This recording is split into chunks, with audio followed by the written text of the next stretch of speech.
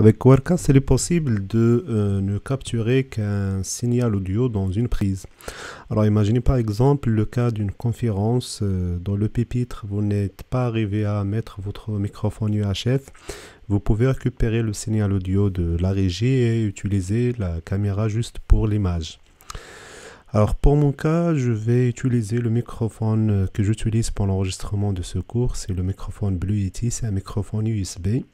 Alors j'ai déjà ouvert le logiciel Wirecast, je clique sur n'importe quelle prise dans les calques, sur le plus, et dans la catégorie je choisis la capture audio. Et là j'ai trois sources, la capture de son système de mon ordinateur, le microphone intégré de mon ordinateur, et les microphones externes, Yeti Stereo Microphone Audio, comme j'ai dit c'est un microphone USB.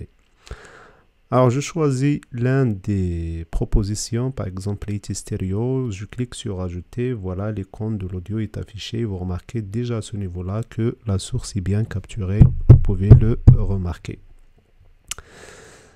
Alors, si je passe au live, là, vous remarquez que le son est arrivé ici. Je peux désactiver le son pour moi-même en cliquant sur l'icône du calque.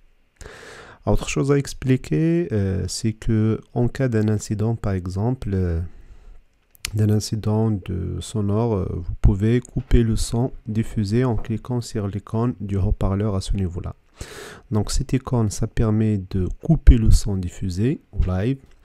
Et l'icône de casque, c'est couper le son pour vous-même, pour ne pas l'entendre, rien que ça. Sachez que si je clique sur cette icône d'entrée, je peux entendre le son de l'entrée, mais si je clique sur l'icône, la deuxième icône de casque à droite, donc voilà, il est activé, mais le son de l'entrée, le casque que j'entends moi-même, comme j'ai dit, donc est désactivé. Donc je peux activer soit le son de l'entrée, soit le son de la sortie. Voilà, de la même manière, donc je clique sur le plus une deuxième fois pour ajouter par exemple le microphone intégré. Donc de la même manière, voilà. Donc j'ai le son du microphone intégré. Je peux le désactiver en cliquant ici. Je peux l'activer encore, on l'a vu déjà, pareil. Pour le Yeti Stereo, donc par exemple, c'est celui qui est passé en mode live. Voilà. Si je réactive le son. Voilà, donc le Yeti Stereo. Alors, je désactive le microphone intégré. Donc, le microphone Yeti Stereo est activé. Vous remarquez que dans cet audiomètre, vous remarquez qu'il est très bien capturé. Je peux le désactiver en cliquant sur le calque vide. Et vous remarquez que le son du microphone intégré est faible par rapport au son de Yeti Stereo. C'est tout à fait normal. Voilà, donc de la même manière, je désactive les deux. Ok.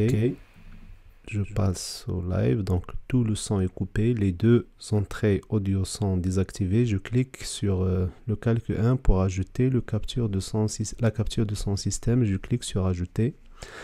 Alors là, je peux lancer une vidéo pour voir l'effet. Alors en ce qui concerne les logiciels, on aura besoin d'un petit logiciel Blackmagic Desktop Video Utility. En fait, voilà, c'est tout pour ce qui est l'ajout d'un signal audio ou bien d'une prise audio. Je peux donc ajouter séparément un signal audio dans une prise. Et pour le reste, je peux activer et désactiver la prise en cliquant à chaque fois sur le calque vide. Autre chose, alors je réactive le microphone Yeti Stereo, ok.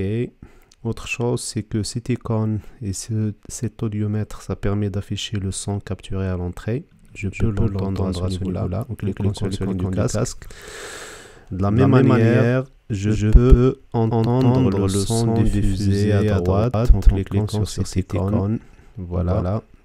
Et je peux couper le son diffusé en live en cliquant sur cette icône de haut-parleur, en cas d'incident comme j'ai expliqué. Voilà.